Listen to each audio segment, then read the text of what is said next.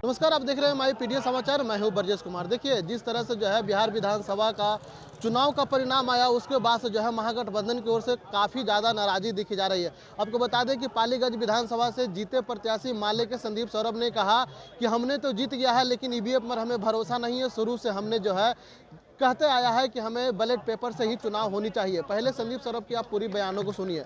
देखिए, पालीगंज की समूची जनता को, महागठबंधन के सभी नेताओं को, सभी कार्यकर्ताओं को हम अपनी तरफ से धन्यवाद कहते हैं। दिल की गहराइयों से सभी को बधाई देते हैं कि इस बार फिर से पालीगंज में दोबारा से महागठबंधन जीता और मुझे दोबारा से आशीर्वाद मिला है।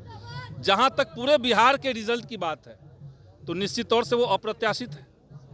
अप्रत्याशित इसलिए है क्योंकि जिन सीटों पर 2 साल पहले महागठबंधन 40,000 से चुनाव जीतता है, वहाँ 2 साल के अंदर कोई एंटी इनकम्बेंसी नहीं, कोई उसके खिलाफ कोई माहौल नहीं, लेकिन उस सीट को हम 30,000 से हार जा रहे हैं। तो जाहिर सी बात है कि खेला हुआ है।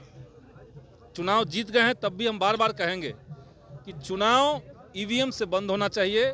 और चुनाव आयोग जिस तरीके से काम किया वो साफ दिखा रहा है कि जैसे भाजपा का एक संगठन बजरंग दल है, एक संगठन उसका हिंदू युवा वाहिनी है, वैसे ही एक संगठन चुनाव आयोग बन चुका है।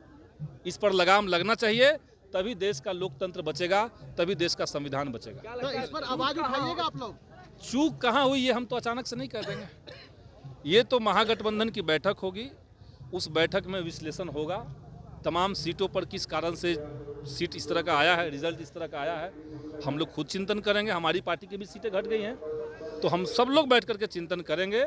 लेकिन जनता से जो वायदा महागठबंधन ने किया, रोजगार के सवाल पर, शिक्षा के सवाल पर, गरीबों के सवाल पे, गरीबों के मान सम्मान के सवाल पे, इन सवालों पर संघर्ष और हमारा आंदोलन सड़क से सदन तक महागठबंधन का लड़ाई जारी रहेगा।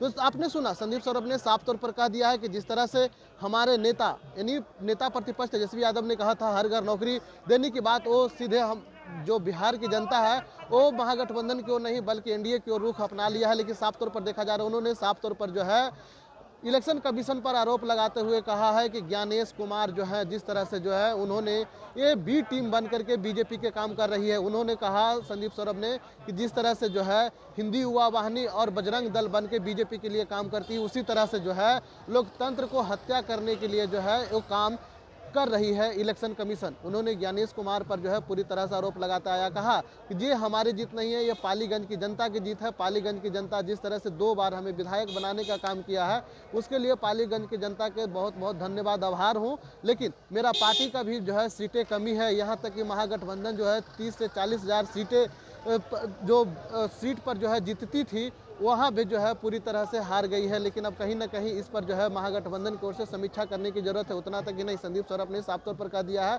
कि हमने ये कभी सोचा नहीं था कि बिहार में इस तरह का जो है परिणाम महागठबंधन के लिए आएगा। लेकिन साफ तौर पर देखा जा रहा है कि अब महागठबंधन जो है पूरी तरह से बिछड़ते गया है। लेकिन उन्होंने कहा कि जिस तरह से परिणाम जो आने के लिए कुछ और था, लेकिन आ कुछ और गया है, लेकिन हम लोग समीक्षा करेंगे। अब साफ तौर पर देखा जा रहा है कि जिस तरह से इन्होंने कहा है कि अगर महागठबंधन शुरू से ही हर घर नौकरी करने की बातें कही थी, देने की बातें कही थी, उसके बाद जो है कमाई, पढ़ाई, दवाई, सिंचाई की बातें की थी, उसको लेकर के हम लोग जो है सड़क से सदन तक लड़ते रहेंगे।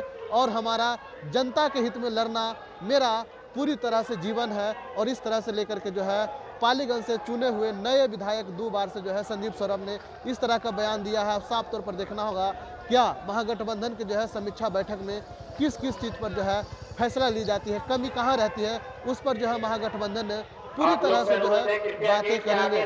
मैं पीडीएस समाचार के लिए पटना से ब्रजेश कुमार।